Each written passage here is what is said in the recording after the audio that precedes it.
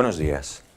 En este vídeo le voy a presentar una serie de conceptos básicos relacionados con la psicología del desarrollo, los cuales le serán muy útiles para introducirse en el estudio de esta disciplina y de la asignatura. La psicología del desarrollo o psicología evolutiva se ocupa del estudio científico de las transformaciones que experimenta el ser humano a lo largo de su vida en sus diversas facetas psicológicas y como ser social. Esta disciplina busca comprender cómo y por qué las personas, todas las personas, en todos los lugares del mundo, cambian o se mantienen iguales a lo largo del tiempo. Esto incluye el estudio de una gran variedad de aspectos que conforman al ser humano en su totalidad y que tienen lugar a lo largo de su desarrollo integral, por lo que en realidad no pueden separarse. Sin embargo, para su estudio se suelen distinguir tres ámbitos generales de la disciplina. En primer lugar, el primero de ellos es el relativo al desarrollo físico, perceptivo y motor. Se ocupa del estudio del crecimiento físico en las distintas fases de la vida, el desarrollo motor, el desarrollo del cerebro y otros aspectos del desarrollo psicofisiológico como la maduración sexual. En segundo lugar, el segundo ámbito es el relativo al desarrollo cognitivo y lingüístico. Se ocupa del estudio evolutivo de los procesos psicológicos humanos, desde los más elementales o básicos, como son la percepción, la atención, la memoria o el aprendizaje, hasta los más complejos como el pensamiento, la imaginación, el lenguaje, la actividad simbólica, el recuerdo, el razonamiento, etc., la mayoría de los cuales son típica y exclusivamente humanos. Y en tercer lugar, el desarrollo social y de la personalidad. Se ocupa del estudio de la vida afectiva y emocional del ser humano, el tipo de relaciones que establece con otras personas en distintos contextos sociales, la familia, la escuela, el trabajo, etc., y el papel que aquellas desempeñan en el desarrollo de su personalidad y en su adaptación social. Otros aspectos, como la formación de la identidad personal y de género, el desarrollo de la conducta prosocial y del razonamiento moral, entre otros, constituyen temas de estudio de relevancia también en este ámbito. Un objetivo común de las distintas ramas de la psicología del desarrollo es su interés por identificar cuándo y cómo se originan los distintos procesos psicológicos y sociales, qué aspectos permanecen y cuáles cambian con la edad, cómo son esos cambios y de qué dependen, es decir, qué mecanismos actúan para que se produzca el desarrollo y, por último, qué relación existe entre los diversos aspectos del desarrollo humano, físicos, emocionales, cognitivos, etc. La psicología del desarrollo se ocupa de estudiar el cambio a través del tiempo. El término desarrollo implica crecimiento y cambio, pero además de estudiar cómo cambian las personas, también estudia cómo siguen siendo las mismas. Por lo tanto, continuidad y discontinuidad son términos clave para describir los procesos del desarrollo.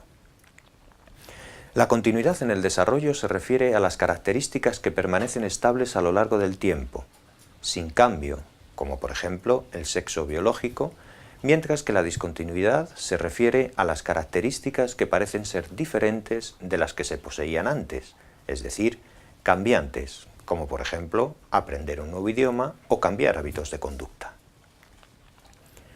Las 5 características básicas del desarrollo, según resume Berger, son: en primer lugar, multidireccional. Los cambios pueden producirse en todas direcciones, no siempre es lineal. Ganancias y pérdidas, crecimiento predecible y cambios inesperados son partes de la experiencia humana en cualquier etapa de la vida. La segunda característica es que es multicontextual. La vida humana transcurre en numerosos contextos, en los que influyen las condiciones económicas, históricas, culturales, políticas, ambientales, etc. En tercer lugar, es multicultural.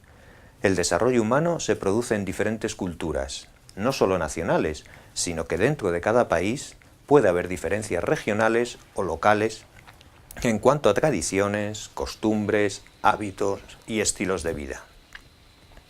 En cuarto lugar, es multidisciplinario. La ciencia del desarrollo se construye a partir de las aportaciones de ciencias como la psicología, la biología, la educación, la sociología, etc. Y por último, el desarrollo humano también se caracteriza por la plasticidad. Cada individuo y cada rasgo individual se pueden alterar en cada momento de su existencia. La potencialidad del cambio es continua, si bien eso no significa que se produzca al azar ni que sea uniforme. Otros conceptos importantes que conviene distinguir son los siguientes. En primer lugar, el concepto de crecimiento.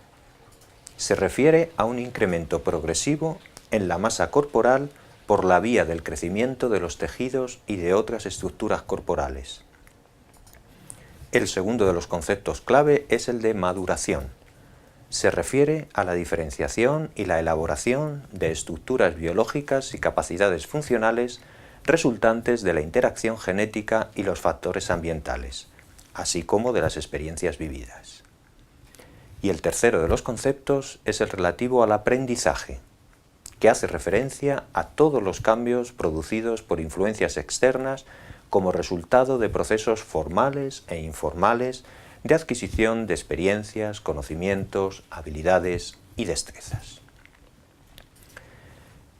Las principales etapas que la psicología del desarrollo distingue en esta disciplina son las siguientes. En primer lugar, el desarrollo prenatal y el nacimiento, es decir, desde la concepción al nacimiento. En segundo lugar, la primera infancia, referida a los primeros 2 años de vida. En tercer lugar, años preescolares o los años del juego, que es el periodo que abarca de los 2 a los 6 años.